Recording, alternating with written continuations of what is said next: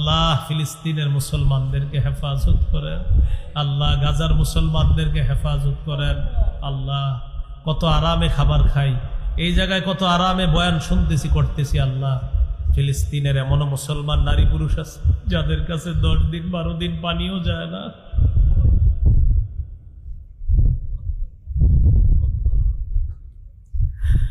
আল্লাহ তাদের কাছে খাবার পৌঁছে না। মেহেরবানি করে আল্লাহ তাদেরকে সাহায্য করেন। আল্লাহ তারা আমার দেহের টুকরা, আমাদের দেহের অংশ, তাদের আঘাতে আমরাও আঘাতপ্রাপ্ত, ক্ষত বিক্ষত।